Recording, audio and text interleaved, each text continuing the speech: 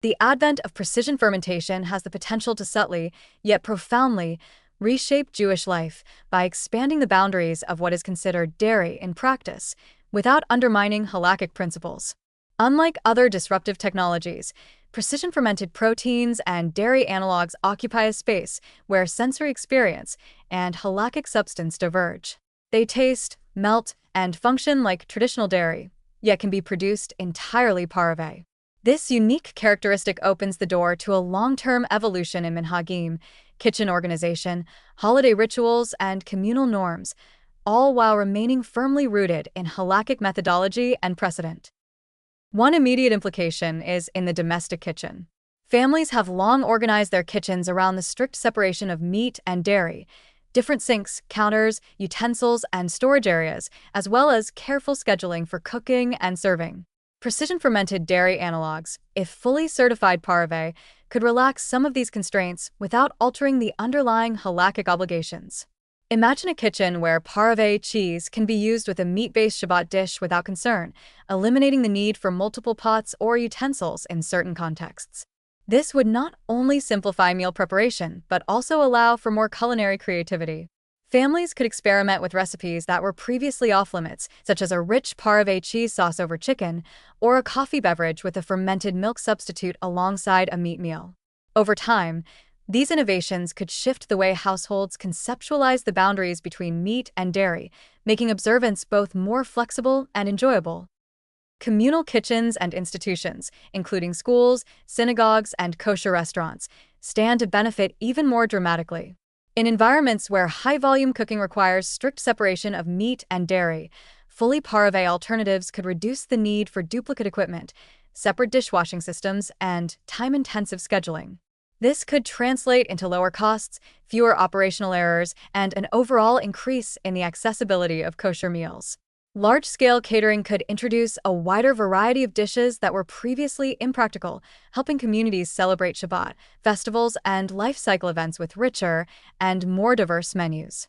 Importantly, these developments would still respect halakhic norms, no actual dairy is present, and supervision ensures that parve status is reliable.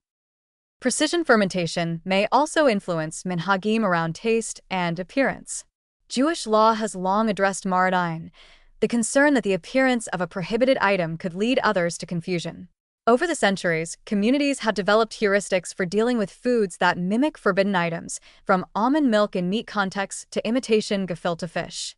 As parve dairy analogs become widespread and culturally familiar, minhagim around marat ayin may naturally evolve. Congregations may establish local practices for labeling, serving, and presenting these foods in ways that minimize confusion, just as communities have historically done with other imitation products.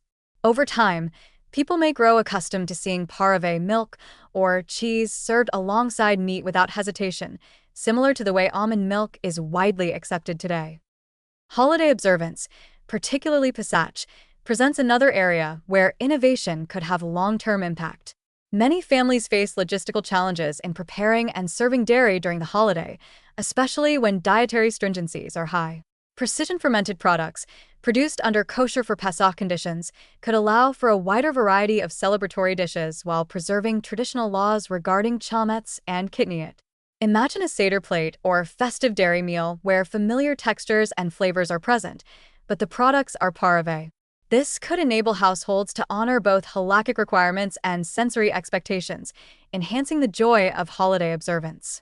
Over time, these innovations might even inspire new recipes and culinary customs that blend tradition with technological opportunity, creating a living minhag that respects law while embracing change. On a broader societal level, precision fermentation could affect communal perceptions of ethical eating. As these foods reduce reliance on animal husbandry, communities may increasingly associate kashrut with ethical sustainability, animal welfare, and environmental stewardship, alongside traditional purity and separation laws. Rabbinic authorities might integrate guidance on the ethical benefits of these products into sermons, educational programming, and community outreach, framing them not just as permissible, but as positive expressions of Jewish values.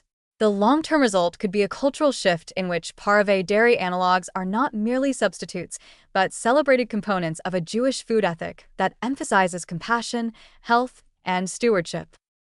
Finally, this technology could influence future halakhic discussions themselves. As more communities adopt precision-fermented products, responsa literature may increasingly reference their status, refining definitions of dairy, mavashal, and parve in contexts previously unimagined.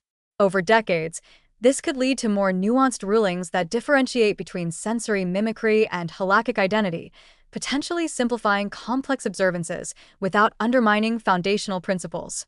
Young rabbis and halakhic scholars may find that these products serve as practical teaching tools, illustrating how classical halakhic reasoning applies to modern scientific realities, a bridge between tradition and innovation.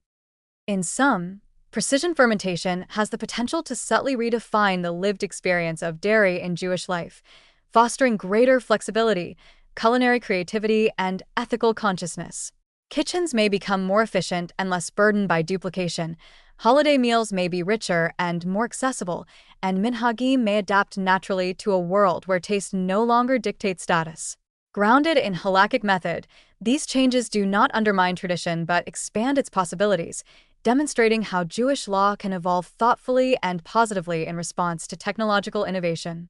The future could be one where law, taste, and values align to enhance observance, enjoyment, and communal well-being.